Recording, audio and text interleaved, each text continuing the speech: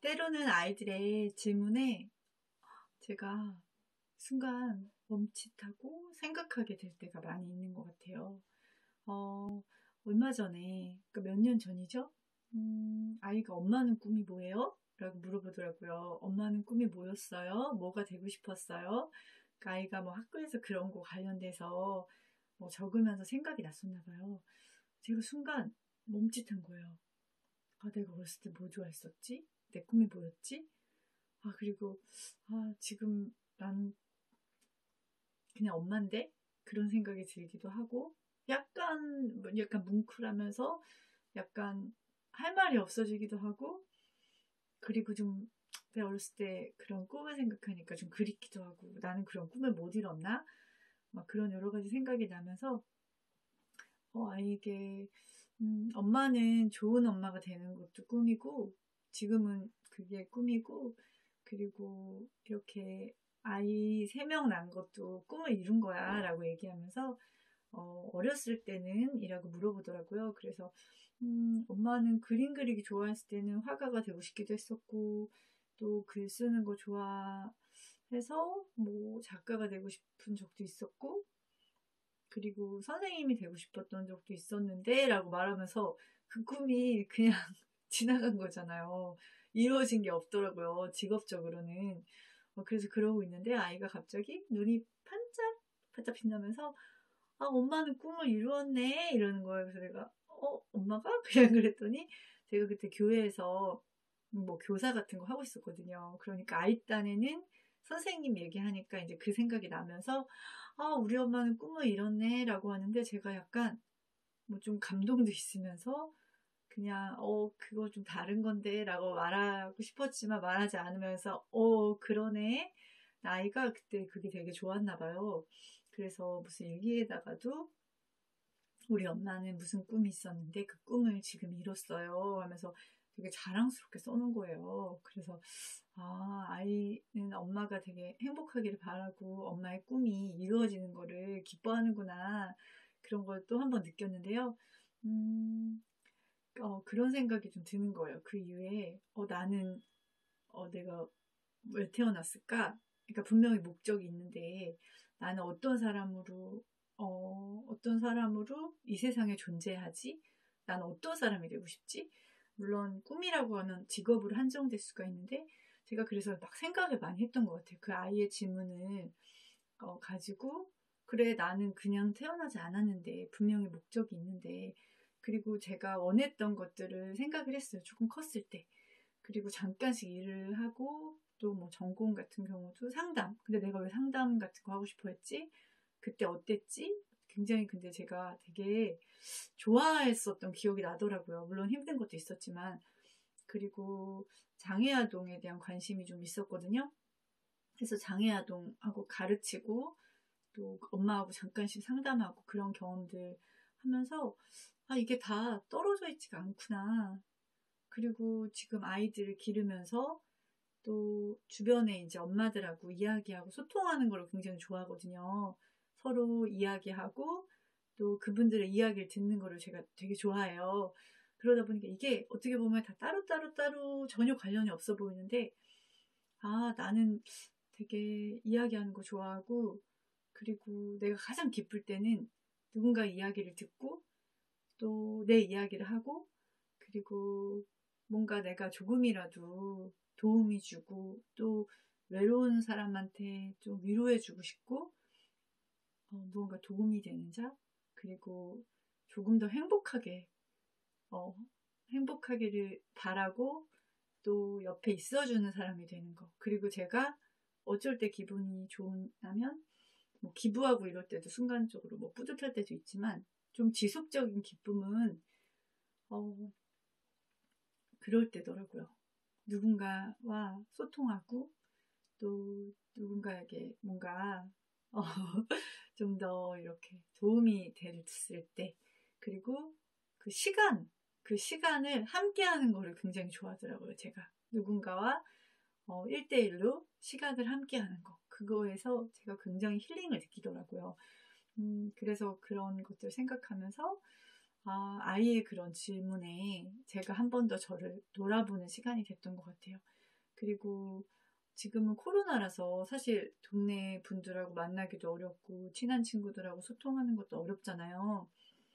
물론 이제 뭐 줌으로 뭐 그런 교회 아이들하고 소통하는 시간도 너무 좋고 그렇긴 하지만 좀 어렵다 보니까 그래서 제가 이제 유튜브를 하게 됐던 것 같아요. 그러니까 그런 욕구가 저에게 있는데 뭔가를 이렇게 이야기하고 싶고 또 뭔가가 저에게는 그런 작은 거라도 내 경험을 나누고 그런 것이 저에게 너무나 큰 기쁨인 건데 그게 막히다 보니까 이렇게 하게 된 것 같아요. 그래서 저는 굉장히 즐거워요. 다른 것보다 그냥 제가 혼자 되게 좋아요.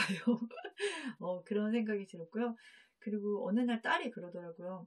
엄마, 내 꿈이 뭔지 알아? 그러는 거예요. 그래서 제가, 너 수의사도 동물 좋아하니까 수의사 되고 싶어 했고, 요리도 좋아하니까 요리사 되고 싶어 했잖아. 그때 아이가, 엄마, 그것도 맞는데, 나 진짜 내가 되고 싶은 게 또 생겼어. 이러는 거예요. 그래서 너무 궁금하더라고요. 뭐지? 뭐 피아니스트 되고 싶나? 막 그냥 궁금해서 물어봤더니 아이가 이러는 거예요. 엄마 나는 위로자가 되고 싶어 라고 얘기하더라고요. 그래서 위로자? 라고 물어봤더니 마음이 힘들고 속상하고 아픈 사람들을 위로해주는 사람이 정말 되고 싶어 라고 하는 거예요. 그래서 저도 그러니까 그게 저의 꿈이잖아요. 저의 꿈이거든요. 근데 아이가 그거를 얘기하니까 제가 약간 눈물이 약간 핑 돌 뻔했어요. 그러면서 너무 기쁘면서 엄마도 그게 엄마 꿈인데 너 나랑 똑같다 라고 얘기하면서 막 맞장구 치고 되게 좋아하고 그랬던 기억이 나더라고요.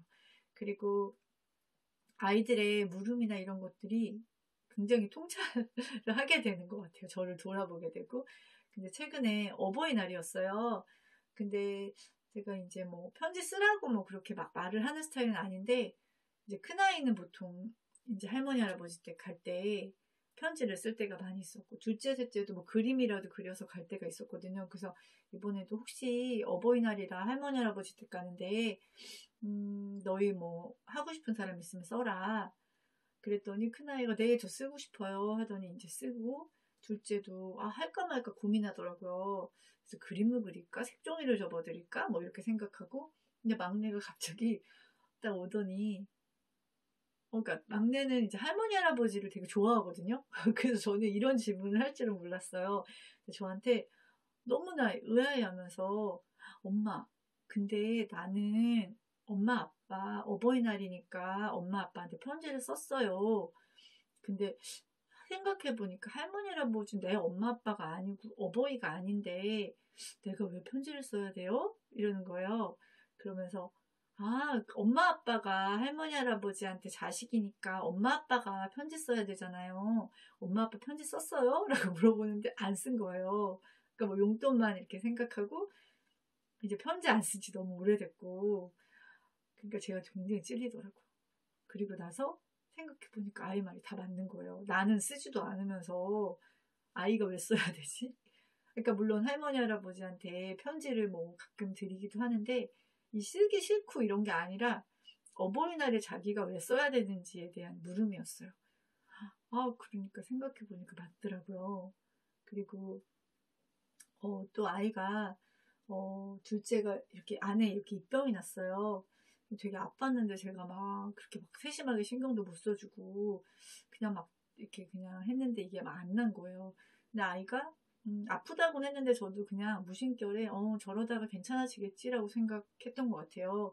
근데 그게 괜찮아지지 않았고 굉장히 아팠고 먹는 것도 불편했는데 아이가 아침에 이제 많이 안 먹으려고 하고 밥을 많이 남겼었어요. 계속 조금만. 근데 너무 성장기인데 조금만 먹으려고 하니까 제 딴에는 아니야 너 좀 더 먹어야 돼. 이거 너 한두 숟갈을 더 먹어야 돼 라고 얘기했더니 근데 둘째가 갑자기 이렇게 눈물을 막 흘리는 거예요. 그랬더니 엄마 나 이거 너무 아파서 못 먹는 건데 그래서 막 우는 거예요. 그래서 저도 좀 약간 미안하기도 했고 그랬는데 그래도 이제 한 3, 4일 이상을 너무 안 먹으니까 좀 걱정도 되고 그리고 이게 뭐 계속 안 먹을 순 없잖아요. 그러다 보니까 그래도 두 숟갈은 더 먹어야 돼 라고 얘기했더니 우리 큰아이가 옆에서 이렇게 보더니 뭐라고 이제 혼잣말을 하더라고. 그래서 물어봤어요. 왜 그래? 그랬더니 엄마 근데 동생이 저렇게 아픈데 엄마가 그거를 얘가 일부러 안 먹는 아이도 아닌데 엄마가 그거를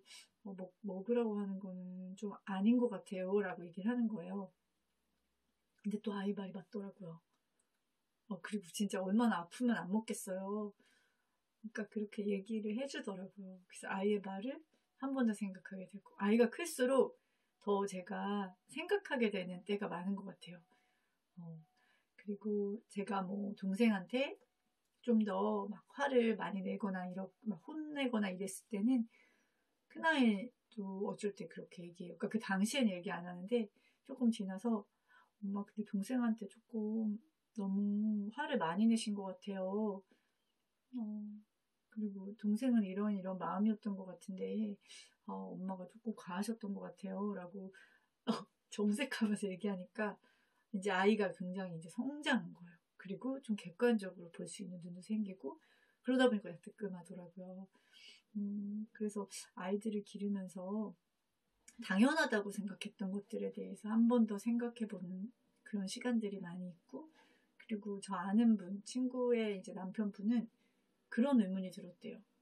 왜 아이가 엄마 말을 들어야 될까? 왜 아이가 엄마 아빠가 하는 말에 무조건 따라야 될까? 그 이유가 뭐지? 부모이니까? 근데 왜 부모의 말에 자식이 다 따라야 되지? 그러니까 그런 의문들이 막 생기고 그런 것들에 관해서 글을 쓰셨더라고요. 제가 그걸 읽으면서 당연하다고 생각했던 것들에 대해서 그 이유를 생각을 하시는 모습을 보면서 저도 한 번씩 생각하게 되는 것 같아요. 왜 아이는 엄마 아빠가 어디 가자고 하면은 자기가 뭐 안 가고 싶고 피곤하고 그래도 무조건 가족 모임이나 뭐 여행 같은 데 막 가야 되고 물론 그게 이제 아이만 두고 갈 수는 없으니까 데려가는 거지만 한 번 더 생각을 해보게 되는 것 같아요. 그리고 아이의 입장도 생각해 보게 되고 그래서 아이의 질문들이 저에게 당연하다고 생각하는 것에 대해서 당연하지 않을 수 있음을 깨닫게 해주는 것 같아요.